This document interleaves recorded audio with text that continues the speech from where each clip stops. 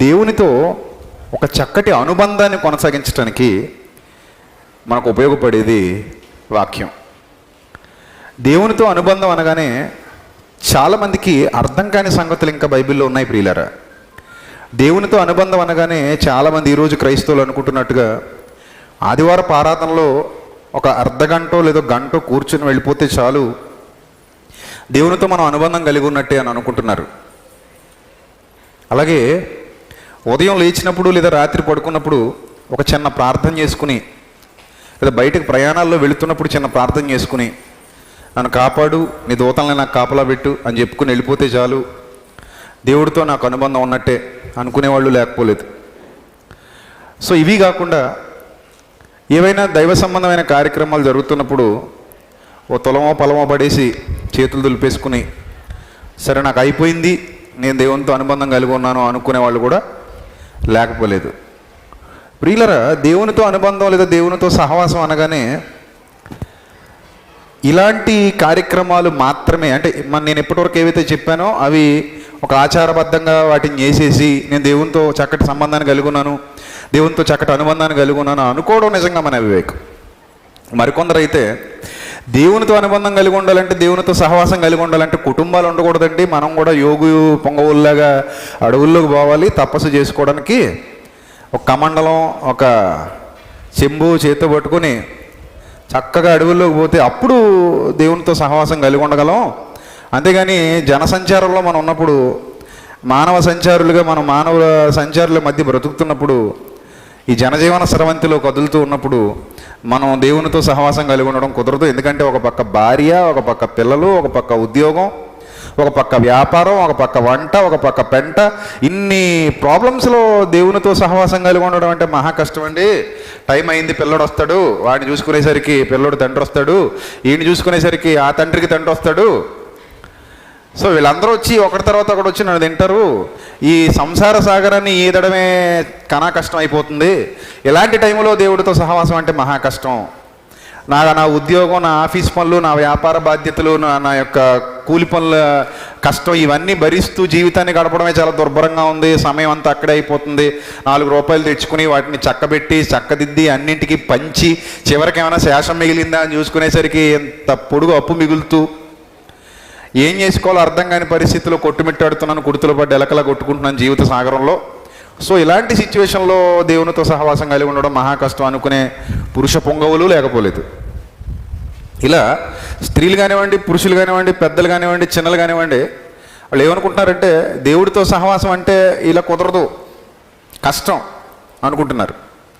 కానీ ప్రియులరా, దేవునితో సహవాసం అనేది భూమి మీద బ్రతికుండగా, ఈ శరీరంలో ఉండగా ప్రారంభం అయితేనే ముగింపులో నీకు అది చిరస్థాయిగా కంటిన్యూ అవుతుంది. ఇక్కడ ప్రారంభం కానిది అక్కడ ప్రారంభమవుతుంది అనుకుంటే అది నిజంగా మన అవివేకం. అర్థమవుతుందా? దేవునితో సహవాసం భూమి మీద శరీరంలో ఉండగా ప్రారంభం కాకపోతే, మనం పరలోకానికి వెళ్ళిపోయాక అక్కడ సహవాసం ఉంటుంది, అక్కడ ప్రారంభం అవుతుంది అనుకుంటే నిజంగా అవివేకమే. మనం శరీరాలలో ఉండగానే ఆయనతో సహవాసం చేయటం అనేది ఎక్కడే ప్రారంభం కావాలి. దానికి కొంచెం ఏకాంతం అనేది అవసరం. బాగా వినండి.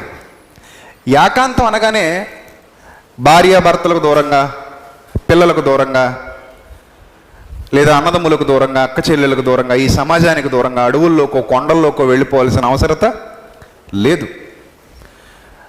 మనం ఉంటున్న ప్రాంతంలోనే, మనం నివసిస్తున్న ప్లేస్లోనే కొంచెం ఏకాంతం అనేది మనం క్రియేట్ చేసుకోగలిగితే, అనగా కొంత సమయాన్ని మనం నిర్దేశించుకోగలిగితే దేవునితో సహవాసం చేయటానికి, లేదా మనతో మనం మాట్లాడుకోవటానికి, మన గురించి మనం ఆలోచించడానికి, దేవునితో మాట్లాడుకోవటానికి, దేవుని గురించి ధ్యానించడానికి మనకు ఒక వెసులుబాటు అంటూ ఉంటుంది. అది ఒక ప్రక్రియ మాత్రమే. తద్వారా నువ్వు ఆ ప్రక్రియలోనికి అడుగుపెట్టిన తర్వాత నీ చుట్టూ 100 మంది ఉన్నా కూడా నువ్వు దేవునితో సహవాసం కలిగి ఉండొచ్చు. ప్రారంభంలో కొంత ఏకాంతాన్ని మనమంటూ క్రియేట్ చేసుకోగలిగితే, దేవునితో సహవాసం అనేది చేసుకోగలిగితే ఆటోమేటిక్గా డెవలప్ అవుతూ ఉంటుంది. అలా డెవలప్ అవుతూ దేవునితో ఒక చక్కటి అనుబంధాన్ని మనం మెయింటైన్ చేస్తూ ఈ చెడిపోయిన లోకంలో, మన చుట్టూ చెడిపోయిన వాతావరణంలో ఒక దివ్యలాగా, దేవుని కొరకు ప్రజ్వరిల్లడానికి మనకు ఒక అవకాశం వస్తుంది. భక్తులందరూ కూడా ఆ విధమైన సాధన చేసిన వారే. సో దైవ గ్రంథాన్ని మనం జాగ్రత్తగా పరిశీలన చేస్తే ఏదైనా వనంలో ఆదాము ప్రారంభంలో ఒంటరిగా ఉన్నాడన్న సంగతి మనందరికీ తెలుసు. అప్పుడు దేవుడు నరుడు ఒంటరిగా ఉండుట మంచిది కాదు అనుకున్నాడన్న సంగతి మనందరికీ తెలుసు. ఏ పెళ్ళికి వెళ్ళినా ఈ మాట వినకుండా పెళ్ళి ముగియదు కదా. సో ప్రతి పెళ్లిలోనూ ఎదురయ్యే అన్నట్టు ఇదే చెప్తుంటారు. ఆదాము ఒంటరిగా ఉన్నాడు, జంటం చేయాలనుకున్నాడు, ఒంటరిగా ఉండడం మంచిది కాదు. సో ఇవన్నీ చెప్తుంటారు కామన్గా, మనకు బాగా గుర్తుండిపోయి బండ గుర్తులు ఇవన్నీ. సో ఒంటరిగా ఉండడం మంచిది కాదు అంటే మరి అంతకుముందు మంచిగా లేడా ఆదాము? ఒంటరిగా ఉన్నప్పుడు మంచిగా లేడా? వాస్తవానికి ఒంటరిగా ఉన్నప్పుడే మంచిగా ఉన్నాడు, జంట అయ్యాకనే నాశనం అయిపోయాడు కదా. ఒంటరిగా ఉన్నంత వరకు ఆదాము ఎలా ఉన్నాడు చెప్పండి? మంచిగానే ఉన్నాడు. ఒంటరిగా ఉన్నప్పుడు దేవునితో సహవాసం కలిగి ఉన్నాడు. సో మంచిది కాదు అంటే ఆయన సంకల్పానికి తప్ప ఆదాముకు కాదు. మంచిది కాదు అంటే ఆదాముకు మంచిది కాదని కాదు కదా, అక్కడ ఆయన సంకల్పానికి మంచిది కాదు. ఎందుకంటే ఆయన సంకల్పం నెరవేరాలి. ప్రకృతిలో దేవునికి అనేక మంది పిల్లలు కావాలి కనుక వారిద్దరూ జతపరచబడాలి, వారి ద్వారా అనేక మంది పిల్లలు రావాలి, దేవుని యొక్క సంకల్పం నెరవేరాలి. ఇప్పుడు ఆదాము ఒంటరిగా ఉన్నప్పుడు దేవునితో చక్కటి సహవాసం కలిగి ఉన్నాడు, దేవునితో మాట్లాడుతున్నాడు, దేవుడు అతనికి పనులు చెప్తున్నాడు, దేవుడు చెప్పిన పనులు అతను చేస్తున్నాడు. అంటే కనిపించని దేవునితో చక్కటి సహవాసం కలిగి ఆదాము కదులుతున్నట్టుగా, ఆదాము జీవిస్తున్నట్టుగా మనకు అర్థమవుతుంది. అంటే ఒక సమయం 24 గంటల దినానికి 24 గంటలు అనుకుంటే అందులో కొంత సమయాన్ని దేవుని కొరకు లేదా ఆయన మాట వినుట కొరకు, ఆయనతో మాట్లాడుట కొరకు, ఆయన ఆలోచనల్లో గడుపుట కొరకు కొంత సమయాన్ని కేటాయించాడు అని మనకు అర్థమవుతుంది. ఇక్కడ మీకు అర్థం కావడానికి ఒక విషయం చెప్తాను, జాగ్రత్తగా వినండి. భూమి మీద మనందరికీ బంధాలు ఉన్నాయా లేవా? ఉన్నాయా? అమ్మ, నాన్న, భార్య, భర్త, పిల్లలు, తల్లిదండ్రులు, బంధువులు, స్నేహితులు, సహోదరులు. సో ఈ విధంగా అనేక రకాల బంధాల మధ్య మనం కనెక్ట్ అయ్యి ఈ జీవితాన్ని కొనసాగిస్తూ ఉన్నాం. ఇక్కడ ఈవెన్ ఫస్ట్ భార్య భర్త అనుకుంటే ఒకరితో ఒకరు మాట్లాడుకోవటానికి కొంత సమయాన్ని వాళ్ళు కేటాయించుకోకపోతే వాళ్ళ మధ్య బంధం అనేది డెవలప్ కాదు. మీరు ఒప్పుకుంటారు ఒప్పుకోరా? వాళ్ళ మధ్య అనుబంధం ఇంకా బలపడాలి అంటే, భార్యాభర్తల మధ్య అనుబంధం ఇంకా బలపడాలి అంటే భార్యతో భర్త, భర్తతో భార్య కొంత టైం స్పెండ్ చేయాలి. లేకపోతే వాళ్ళ మధ్య అనుబంధం డెవలప్ అవ్వదు, వేరే వేరే దారుల్లోనికి వెళ్ళిపోవడానికి అవకాశాలు ఉంటాయి, దారి తప్పిపోవడానికి అవకాశాలు ఉంటాయి. సో అందుకే ఖచ్చితంగా భార్యతో భర్త టైం స్పెండ్ చేయాలి, భర్తతో భార్య టైం స్పెండ్ చేయాలి. వాళ్ళకంటూ కొంత టైం కేటాయించాలి, వాళ్ళతో మాట్లాడడానికి, వాళ్ళ యొక్క భావాలు ఒకరికొకరు పంచుకోవడానికి, వాళ్ళ యొక్క బాధ్యతలు పంచుకోవడానికి, వాళ్ళ యొక్క సమస్యలు మాట్లాడుకోవటానికి, వాళ్ళ యొక్క ఆనందాన్ని పంచుకోవటానికి, సంతోషాన్ని పంచుకోవటానికి వాళ్ళ మధ్య ఒక చక్కటి అనుబంధం, బలమైన అనుబంధం ఏర్పడుతుంది. అంటే ఒక సమయాన్ని వాళ్ళతో ఏకాంతంగా గడపటం అంటారు దాన్ని. ఒకరితో ఒకరు తమ హృదయంలో ఉన్న వాటిని పంచుకోవటం, అంటే మనసు విప్పి మాట్లాడుకోవటం వల్ల వాళ్ళ మధ్య అనుబంధం రోజు రోజుకి బలపడుతూ వెళ్ళిపోతుంది. ఇన్ ది సేమ్ వే పిల్లలు తల్లిదండ్రులతో, తల్లిదండ్రులు పిల్లలతో సమయాన్ని కేటాయించడం వల్ల వాళ్ళ అనుబంధం ఇంకా డెవలప్ అవుతుంది. పిల్లలతో టైం కేటాయించడం మానేస్తున్నారు. ఎప్పుడైతే పిల్లలతో టైం కేటాయించడం మానేస్తున్నారో పిల్లలు తల్లిదండ్రులకు దూరం అయిపోతున్నారు, తల్లిదండ్రులకు పిల్లలు దూరం అయిపోతున్నారు. ఈ మధ్య బిజీ లైఫ్లో మీ అందరికీ తెలుసు, ఉదయాన్నే పిల్లాడు లేచేసరికి నాన్నగారు వెళ్ళిపోతాడు, రాత్రి పిల్లాడు వచ్చి పడుకున్నాక ఎప్పటికో నాన్నగారు వస్తాడు. ఇంతకీ నాన్నగారు కాస్త ఏ నాన్నగారు అయిపోయారంటే సండే నాన్నగారు అయిపోయారు. సండే నాన్నగారు, ఈ సండే నాన్నగారు కూడా మిల్క్మని మెరిసి అలా వెళ్ళిపోతాడు అంతే, తలుకుతారులాగా. ఎందుకంటే సండే పిల్లాడు బయటికి పోతాడు, ఇతనేమో రెస్ట్లో ఉంటాడు. సో ఆ రోజు కూడా డాడీతో కలిసి మాట్లాడడానికి లేదా నాన్నగారితో పక్కన కూర్చొని నాన్నగారి ప్రేమను పొందుకోవడానికి పిల్లలకు అవకాశం లేదు. ఇక తల్లులు అంటారా, వాళ్ళు బిజీ, వాళ్ళ వ్యాపకాలు వాళ్ళకు ఉన్నాయి. సో వాళ్ళు పిల్లలతో టైం స్పెండ్ చేయట్లేదు. ఇలా టైం స్పెండ్ చేయకపోవటం వల్ల వాళ్ళ మధ్య అనుబంధం డెవలప్ కాదు. మీకు ఒక ఎగ్జాంపుల్ చెప్పాలంటే, యూత్ చాలామంది ప్రేమ పేరుతో ఒక ఆకర్షణకి కనెక్ట్ అవుతున్నారు కదా. అది ప్రేమ కాదు, ఏమీ కాదు, ఒక ఆకర్షణకి యూత్ కనెక్ట్ అవుతున్నారు. సో ఆకర్షణకి కనెక్ట్ అయిన వాళ్ళు ఎందుకంత గాఢంగా తల్లిదండ్రుల వదులు కూడా వెళ్ళిపోతున్నారు బ్యాగులు సర్దుకొని? ఎందుకంత గాఢంగా వాళ్ళు ఒకళ్ళంటే ఒకళ్ళు ఇష్టపడి ట్రైన్ కింద తలబెట్టి చచ్చిపోతున్నారు? వీళ్ళకి ఎంత ధైర్యం ఎక్కడొచ్చి చచ్చింది? మహా అయితే సంవత్సరం 6 నెలల కిందట పరిచయం అయినోడి కోసం చచ్చిపోవడం ఏంటి? లేకపోతే 2 సంవత్సరాల కిందట పరిచయం అయినోడి కోసం ప్రాణాలు వదిలేయడం ఏంటి? వాడి కోసం ఇంట్లో ఉన్న అమ్మ బంగారం కూడా మూటగట్టి తీసుకెళ్ళిపోవడం ఏంటి అమ్మాయి? వాళ్ళ అమ్మేమో నానా కష్టాలు పడి సంపాదించుకుని 80 రూపాయలు దాచుకుంటే ఇది రాత్రిపూట ఏదో టైంలో తెల్లవారు లోపు చక్కబెట్టి సాగనంపేస్తుంది. ఇలా ఇలా ఎందుకు చేసేసింది? అమ్మా నాన్నల కంటే ఆడు ఎందుకు ఎక్కువైపోయాడు? అమ్మా నాన్నల కంటే ఈవిడ ఎందుకు ఎక్కువైపోయింది? వీళ్ళ కోసం వీళ్ళు చావడం ఏంటని అనుకుంటే వాళ్ళు ఎక్కువ సమయం గడిపారనమాట ఒకరితో ఒకరు. ఫోన్లో కానివ్వండి, ఆలోచనల్లో కానివ్వండి. ఫోన్లో మాట్లాడుకున్నంతసేపు ఫోన్లో మాట్లాడుకుంటారు, తర్వాత దాన్ని నెమరు వేసుకుంటూ ఉంటారు. ఏం మాట్లాడాం, ఎలా మాట్లాడాం, ఏమని మాట్లాడాం, ఎక్కడ కనబడ్డారు, ఎలా కనబడ్డారు, ఎలా చూశారు, ఇటు నుంచి నవ్వారా అటు నుంచి నవ్వారా, పై పళ్ళు కనబడ్డాయా కింద పళ్ళు కనబడ్డాయా నవ్వేటప్పుడు. సో ఇన్ని ఊహలు, ఇంకెప్పుడు వీళ్ళ ఊహల్లో వాళ్ళే ఉంటారు, వీళ్ళ తలంపుల్లో వాళ్ళే ఉంటారు, వీళ్ళ ఆలోచనల్లో వాళ్ళే ఉంటారు. ఫోన్ వస్తే వాళ్ళదే, ఫోన్ పెడితే వాళ్ళదే, రాత్రి పడుకున్నప్పుడు పడుకోబెట్టేది వాళ్ళే, నిద్ర మెలకువలోనికి రాగానే లేపేది వాళ్ళే. అంటే గుడ్ నైట్ వాళ్ళతోనే, గుడ్ మార్నింగ్ వాళ్ళతోనే. ఇంత టైం వాళ్ళతో స్పెండ్ చేసినప్పుడు వాళ్ళు వీళ్ళు వాళ్ళులా మారిపోయేసరికి టోపీ తీసుకొచ్చి అమ్మానాళ్ళని ఎత్తి మీద వేసేస్తున్నారు. అంతే కదా? టోపీ అమ్మానాళ్ళని ఎత్తి మీద వేసేసి వాళ్ళు హ్యాపీగా వెళ్ళిపోతున్నారు. ఆ తర్వాత వీళ్ళకి బీపీ. ఇలాంటి పరిస్థితి ఎందుకు వచ్చిందంటే ఎక్కువ టైము ఒకళ్ళతో ఒకళ్ళు ఏం చేశారు, స్పెండ్ చేశారు, ఏకాంతంగా గడిపారు.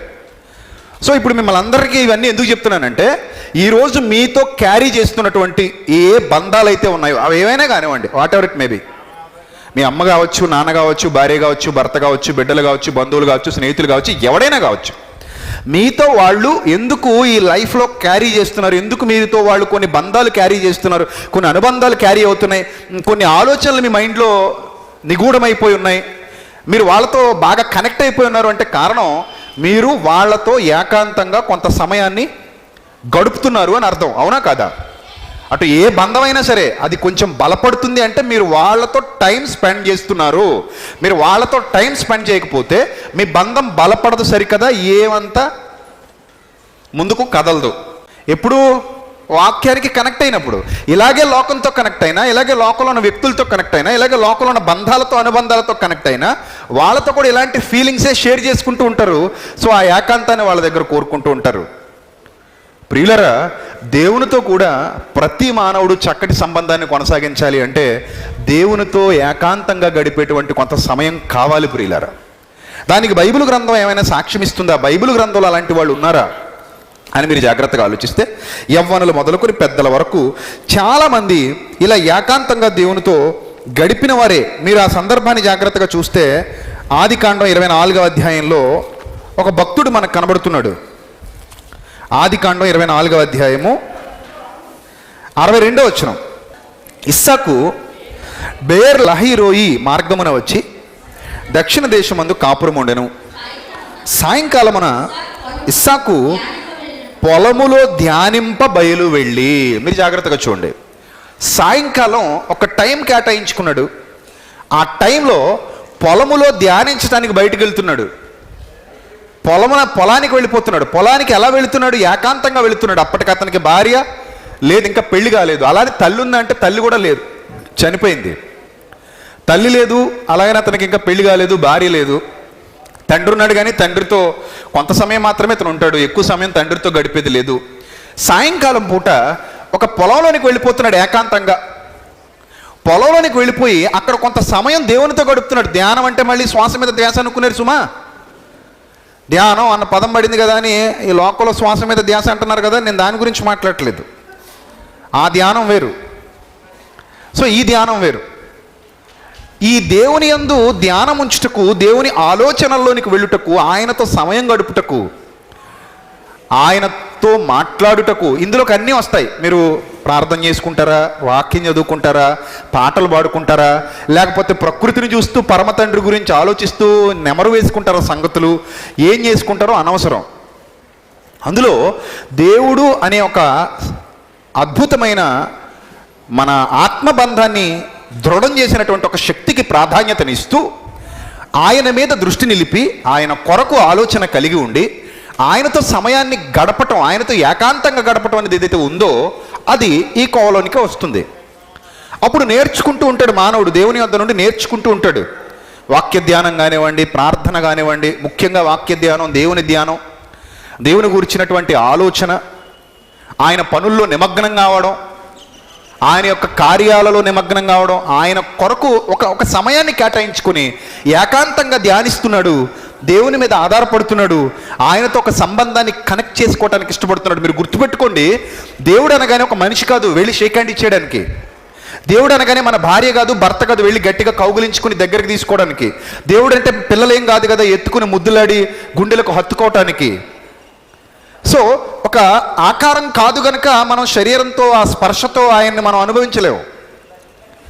ఆయన ఆకారం కాదు కదా. ఇప్పుడు భార్య ఉంది, భర్త ఉన్నాడు, ఎక్కడెక్కడో ఎడబాటు వచ్చింది, చాలా కాలం దూరం అయిపోయారు, తర్వాత ఒకసారి దగ్గర అయ్యారు, ఇమ్మీడియట్గా వాళ్ళు ఏం చేస్తారు, కన్నీళ్ళు పెట్టుకుంటారు. కన్నీళ్ళు పెట్టుకుని ఒకరినొకరు చూసుకోగానే ఖచ్చితంగా ఏమైపోతారు, దగ్గరకు వస్తారు, గట్టిగా కౌగులించుకుంటారు, గట్టిగా హగ్ చేసుకుని ఒకళ్ళు పట్టుకుని ఒకళ్ళు ఏడ్చేస్తారు. ఎందుకంటే వాళ్ళ మధ్య ఉన్న బంధం అలాంటిది. పిల్లలు ఎక్కడో హాస్టల్లో చదువుతుంటారు, 1 సంవత్సరానికి ఇంటికి వస్తారు, తల్లి ఆ పిల్లాడిని చూడగానే కన్నీళ్ళు పెట్టుకుని దగ్గరకు తీసుకుంటుంది, గుండెలకు హత్తుకుంటుంది, ఏడ్చేస్తుంది. పిల్లాడు కూడా అమ్మను గట్టిగా వాటేసుకుంటాడు, గట్టిగా కౌగులించుకుంటాడు, అమ్మను పట్టుకుని ఏడ్చేస్తాడు. ఇలా దూరం అయిపోయిన మిత్రులు లేదా దూరం అయిపోయిన బంధుత్వాలు ఒకసారి దగ్గర అయినప్పుడు ఒకరినొకరు పట్టుకుని స్పర్శతో ఫీల్ అయ్యేది స్పర్శే. మనం ఫీల్ అయ్యేది స్పర్శేనండి. స్పర్శతోనే అవతల వారి ప్రేమను మనం ఫీల్ అవుతూ ఉంటాం. అది అమ్మ కానివ్వండి, నాన్న కానివ్వండి, భార్య కానివ్వండి, భర్త కానివ్వండి, బిడ్డలు కానివ్వండి, ఎవరైనా కానివ్వండి, మనం వాళ్ళను స్పర్శించినప్పుడు, వాళ్ళతో మన శరీరం కలిసినప్పుడు, లేదా వాళ్ళని మనం దగ్గరకు తీసుకున్నప్పుడు ఆ ప్రేమను మనం ఫీల్ అవుతూ ఉంటాం. ఇది మీ అందరికీ తెలిసిన సంగతి. బిడ్డలు కూడా అమ్మ కడుపులో 9 నెలలు ఉంటారేమో, బయటకు వచ్చిన తర్వాత వేరే వాళ్ళని టచ్ చేస్తే వాళ్ళు ఏడుస్తారు. అదే అమ్మ ఎత్తుకుంటే వాడు ఏడవడు. ఎందుకు ఏడవడు? వాడికి ఆ స్పర్శ అలవాటు అయిపోయింది. 9 నెలలు అమ్మ కడుపులో ఉన్నాడు, ఆ స్పర్శ వాడికి అలవాటు అయిపోయింది. సో అమ్మ వాడిని ఎత్తుకోగానే వాడు కనెక్ట్ అయిపోతాడు, నాన్న వాడిని ఎత్తుకోగానే కనెక్ట్ అయిపోతాడు. ఆ గుండె చప్పుడు బాగా తెలుసు వాడికి. అమ్మ గుండె చప్పుడు తెలుసు, నాన్న గుండె చప్పుడు తెలుసు. నాన్న మాట అమ్మ కడుపులో ఉన్నప్పటి నుంచి 9 నెలలు వింటూ ఉంటాడు. అది వైద్య శాస్త్రం కూడా దాన్ని ఎప్పటికీ చెబుతూ వస్తుంది. మీరు మీ పిల్లలతో కడుపులో ఉన్నప్పటి నుంచే మాట్లాడండి, మీ తో ఉన్నప్పటి నుంచి బిడ్డలతో మాట్లాడండి, కడుపు దగ్గరికి వెళ్ళి మాట్లాడండి. సో మీరు ఏం చేసినా తల్లులారా మీ పిల్లలకు చెబుతూ చేయండి. మీ పిల్లలకు మంచి మీరు కడుపులో ఉండగానే నేర్పించండి. మీరు ఏం తింటున్నారో చెప్పండి, మీరు వాళ్ళని ఎలా చూసుకుంటున్నారో చెప్పండి, వాళ్ళ కోసం ఏం చేస్తున్నారో చెప్పండి, వాళ్ళ కోసం మీరు ఎంత కష్టాన్ని తీసుకుంటున్నారో చెప్పండి. వైద్యులు చెప్తున్నారు, ఇప్పుడు లేటెస్ట్ సైన్స్ వచ్చిన తర్వాత ఇవన్నీ చెప్తున్నారు. పూర్వకాలమే బైబిల్ చెప్పింది, కడుపులో ఉన్న బిడ్డ వింటాడు, వినికిడి ఉంటుంది, నేర్చుకుంటాడు, ఆలోచిస్తాడు. మీరు కడుపులో ఉండగా ఏం చెప్పినా బిడ్డ కనెక్ట్ అయిపోతాయి. కడుపులో ఉండగానే తల్లితో కనెక్ట్ అయిపోతాడు, కడుపులో ఉండగానే తండ్రితో కనెక్ట్ అయిపోతాడు, కడుపులో ఉండగానే చుట్టూ ఉన్న వాళ్ళతో, ఆ ఇంట్లో ఎవరైతే నివసిస్తున్నారో వాళ్ళతో కనెక్ట్ అయిపోతాడు. సో ఇదంతా కూడా శరీర సంబంధమైన స్పర్శ ద్వారా జరుగుతుంది. కానీ దేవుడికి మనకి శరీర సంబంధమైన స్పర్శ అనేది లేదు. ఎందుకంటే దేవుడు ఆత్మయే ఉన్నాడు. ఇప్పుడు మరి ఆత్మీయ ఉన్న వాడితో మనం కాంటాక్ట్స్ పెట్టుకోవాలి, సహవాసం చేయాలి అంటే మనం కూడా ఆత్మీయంగానే పెట్టుకోవాలి. ఎందుకంటే మనము కూడా ఆత్మలమే అన్న స్పృహలోనికి రావాలి.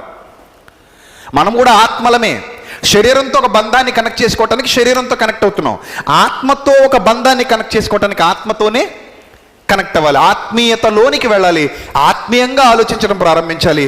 ఏకాంతంగా మనం కూర్చున్నప్పుడు, ఏకాంతంగా మనం దేవుని గురించి ధ్యానిస్తున్నప్పుడు ఆత్మీయత మీద దృష్టి పెడితే, నేను కూడా ఆత్మనే కనుక ఆత్మ సంబంధంగా అంటే హృదయ సంబంధంగా మనస్సాక్షికి సంబంధించిన విధంగా దేవుడితో మనం కనెక్ట్ అవ్వటం చాలా ఈజీ. గుర్తుపెట్టుకోండి, శరీర సంబంధమైన సాధకం కొంతమట్టుకే ప్రయోజనకరం, కొంతమట్టుకే. కానీ ఆత్మ సంబంధమైన సాధకం చాలా చాలా ప్రయోజనకరం. సో మనము దేవుడు ఇరువురము ఆత్మలమే గనుక, దేవుడు ఆత్మయే ఉన్నాడు గనుక ఆయన ఆరాధించేవారు ఆత్మతోనూ సత్యముతోనూ ఆరాధించాలి అన్న మాట అందుకే వ్రాయబడింది. సో ఎప్పుడైతే మనం ఆత్మీయంగా ఆయనతో ఒక చక్కటి సహవాసం, దానికి అప్పుడు శరీరాన్ని స్పర్శ శరీరం అనే దానికి ఇంకా అక్కడ తావులేదు. ఆత్మీయంగా మనం డైరెక్ట్గా ఎవరితో కనెక్ట్ అవుతాం? దేవుడితో కనెక్ట్ అవుతాం. ఇక్కడ మీరు అందరూ కూర్చున్నారు, ఆత్మ సంబంధమైన మాటలు వింటున్నారు, శరీరాలతో ఇక్కడ ఏ పని లేదు, మీరు అలా నిశ్శబ్దంగా కూర్చుని ఉంటారంటే వాటిని కథపురం ఏం చేయరు, అలా ఉంటారు. కానీ మైండ్, హృదయం మొత్తం దేని మీద కాన్సన్ట్రేట్ చేస్తుంది? దేవుని మాటల మీద కాన్సన్ట్రేట్ చేస్తుంది, దేవుని వాక్యం మీద కాన్సన్ట్రేట్ చేస్తుంది. అంటే డైరెక్ట్గా హృదయంతో అది కనెక్ట్ అవుతుందన్నమాట. సో ఈ విధంగా ఇస్సాకు సాయంకాలం పూట పొలంలోనికి వెళ్ళి ధ్యానిస్తున్నాడు, ధ్యానంలో ఉన్నాడు, ఏకాంతంగా కొంత సమయాన్ని గడుపుతున్నాడు. దేవునితో చక్కటి సహవాసాన్ని పెంపొందించుకోవడానికి, ఆయన ఆలోచనలు వినటానికి, తాను దేవునికి తన గురించి చెప్పుకోవడానికి ఒక కొంత సమయం అవసరం. సో మన కుటుంబ ప్రేమలు లేదా అనుబంధాలు డెవలప్ అవడానికి వాళ్ళతో కనెక్ట్ అవ్వడం ఎంత అవసరమో, ఆత్మీయంగా మనం దేవుడితో చక్కటి సహవాసాన్ని పెంపొందించుకోవడానికి ఆయనతో కనెక్ట్ అవ్వడం కూడా అంతే అవసరం.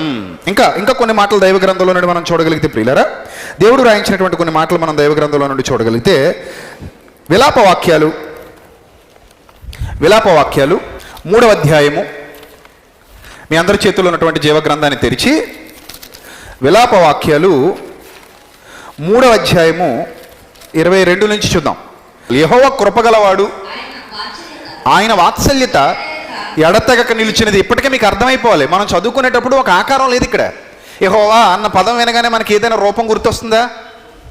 లేదు, అక్కడ అసలు రూపం లేదు.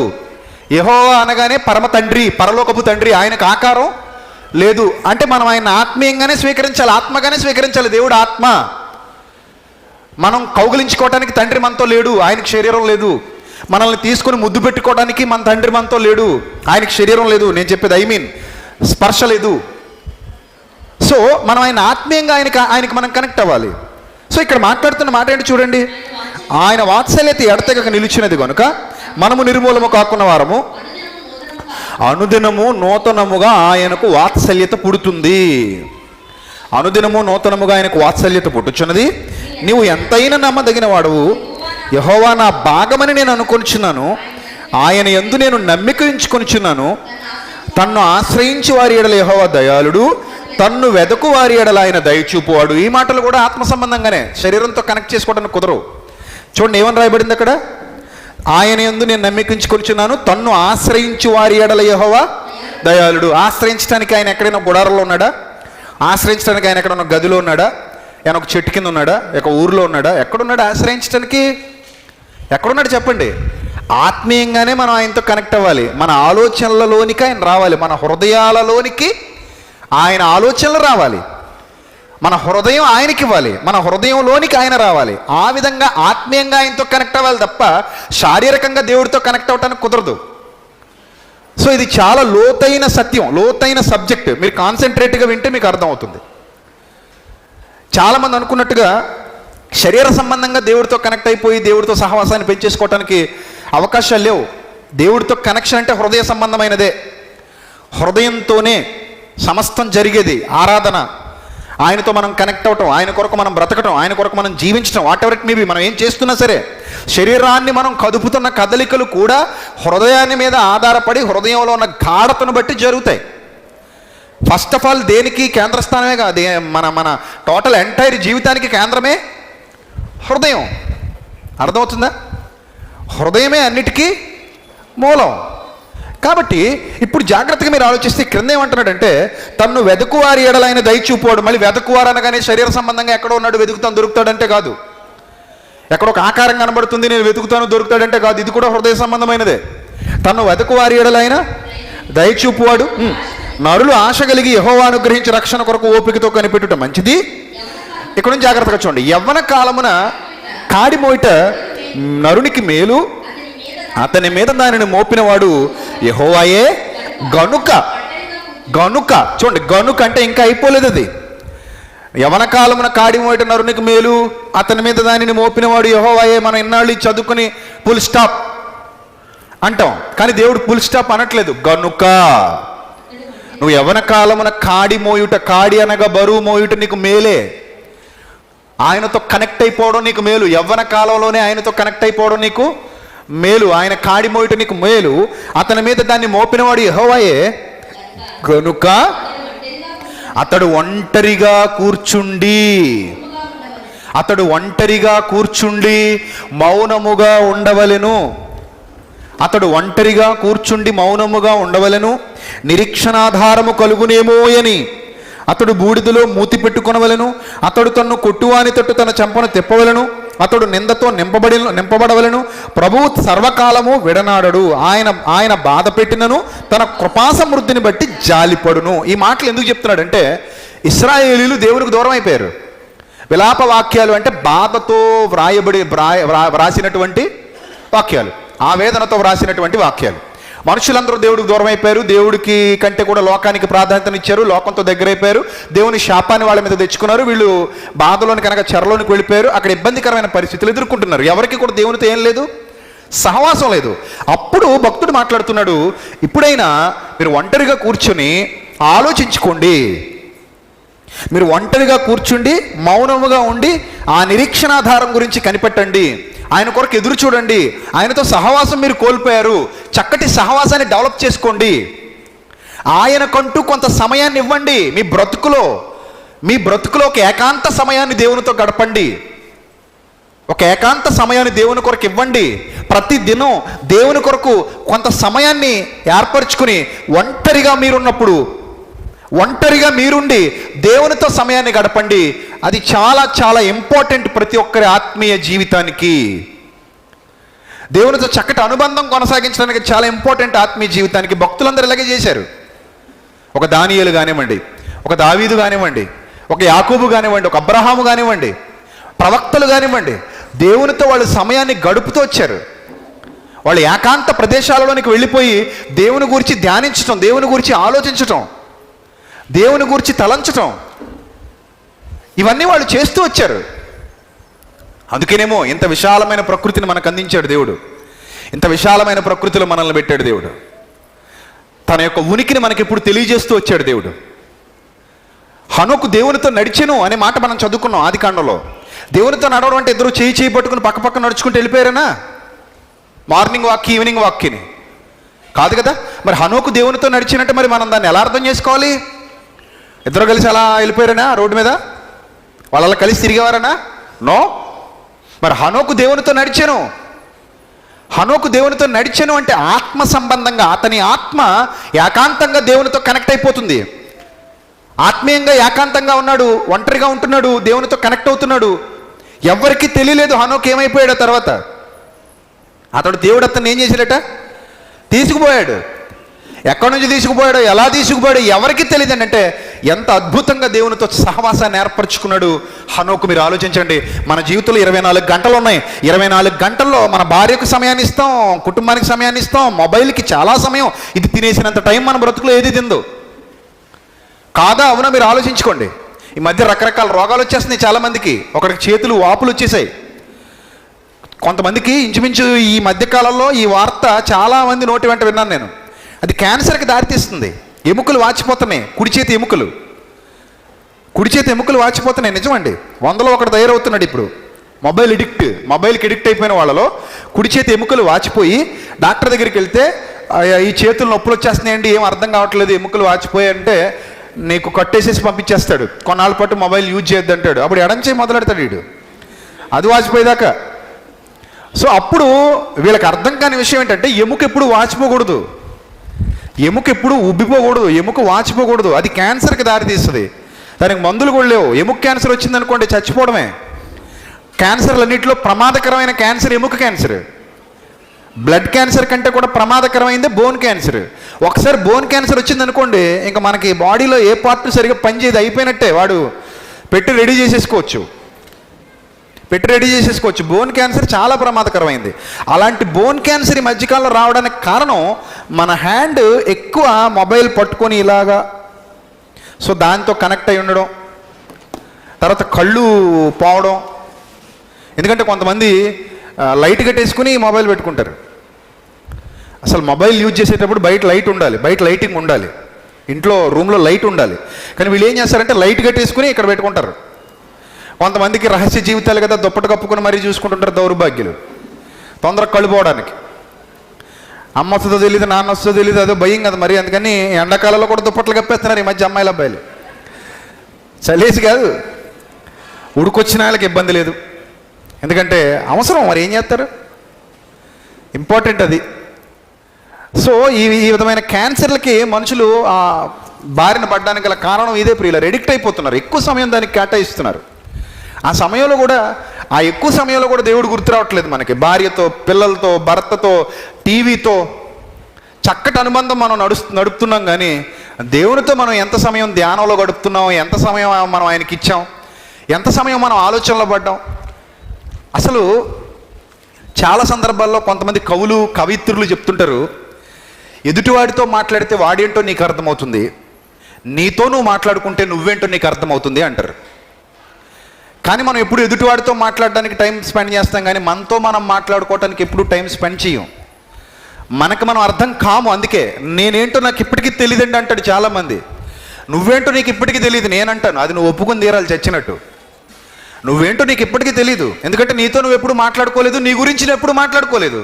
అవతలోడేంటో నీకు బాగా తెలుసు, ఎందుకంటే వాడి గురించి ఎక్కువ మాట్లాడి చేస్తావు నువ్వు, నీకు అదే అలవాటు. సో అవతలోడి గురించి ఎక్కువ మాట్లాడతావు తప్ప నీ గురించి నువ్వు ఎక్కువ మాట్లాడుకో కదా. నీ గురించి నువ్వు మాట్లాడుకో కనుక నీ గురించి నీకు అర్థం కావట్లేదు, నీ గురించి నీకు తెలియట్లేదు. దేవునితో సహవాసం, దేవునితో అనుబంధం పెంపొందించుకోవటానికి మన జీవితంలో ప్రధానమైన భాగాన్ని ఆయనకి ఇవ్వాలి ప్రియులారా, ప్రధానమైన భాగం ఆయనకి ఇవ్వాలి. భక్తులందరూ వేకువజామున లేవడం, రేయి తొలిజామున లేవడం, సాయంకాలమున మంచి మంచి టైమింగ్స్ వాళ్ళు కేటాయించుకుని వాళ్ళ ప్రార్థనకు కానివ్వండి, వాళ్ళ ధ్యానానికి కానివ్వండి, వాళ్ళు దేవునితో సహవాసం గడపటానికి, దేవునితో సమయాన్ని గడపటానికి ఎక్కువ టైం కేటాయిస్తూ ఏకాంతంగా వాళ్ళు ఉండేవారు. అంటే వాళ్ళు ఆత్మీయంగా దేవునితో కనెక్ట్ అవుతున్నారు. అదే చెప్తున్నాను, మీకు ఆల్రెడీ అనుభవం ఉంది. పెళ్ళైన వాళ్ళందరికీ తెలుసు, మీ భార్య మీరు దాన్ని ఏమంటారు, దాన్ని ఏదో అంటారండి, ఏదో అన్యోన్య కాపురం ఏదో అంటారు. సో అలాంటి అన్యోన్య దాంపత్యం, ఈ అన్యోన్య దాంపత్యం అనేది ఎక్కడి నుంచి వచ్చింది? ఎక్కువ సమయం ఒకరితో ఒకరు గడిపారు కాబట్టి, ఒకరి గురించి ఒకరు ఎక్కువ ఆలోచించారు కాబట్టి. ప్రేమ కోసం ట్రైన్ కింద తలెట్టేసాడంటే, ఎందుకు ఎట్టేసాడంటే ఎక్కువ టైం గడిపాడు కాబట్టి, ఎక్కువ టైం బుర్రలో మెమరీ కార్డ్ అంతా అమ్మాయికో అబ్బాయికో ఇచ్చేశారు కాబట్టి. సో అందుకే వాళ్ళు అలా చేశారు.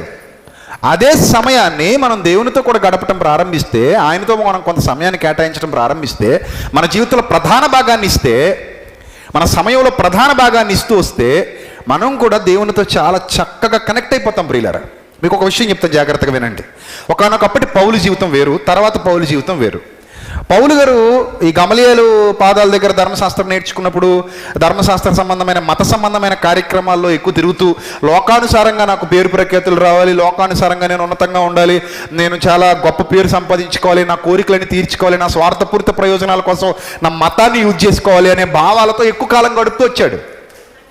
అలా గడుపుతూ వచ్చి మత పిచ్చి పెట్టిన మూర్ఖుల్లాగా చాలామందిని చంపడానికి కూడా వెనకాడలేదు, చాలామందిని హింసించడానికి వెనకాడలేదు, బాధించడానికి వెనకాడలేదు. కానీ ఒకనొక టైంలో దమస్కస్ దగ్గర, అంటే యెరూషలేముకి సుమారుగా 40 కిలోమీటర్ల దూరంలో ఉంటుందండి. అది యెరూషలేముకి సుమారుగా 40 కిలోమీటర్ల దూరంలో ఉంటుంది. ఆ దమస్క్ అనే ప్రాంతానికి వెళుతున్నప్పుడు కరెక్ట్గా అక్కడ ప్రభు అతను దర్శించడం అనేది జరిగింది. అప్పుడు ప్రభు ప్రేమను గురించి ఆలోచనలు పడి, నువ్వు ఎవడు అని అడుగుతాడు.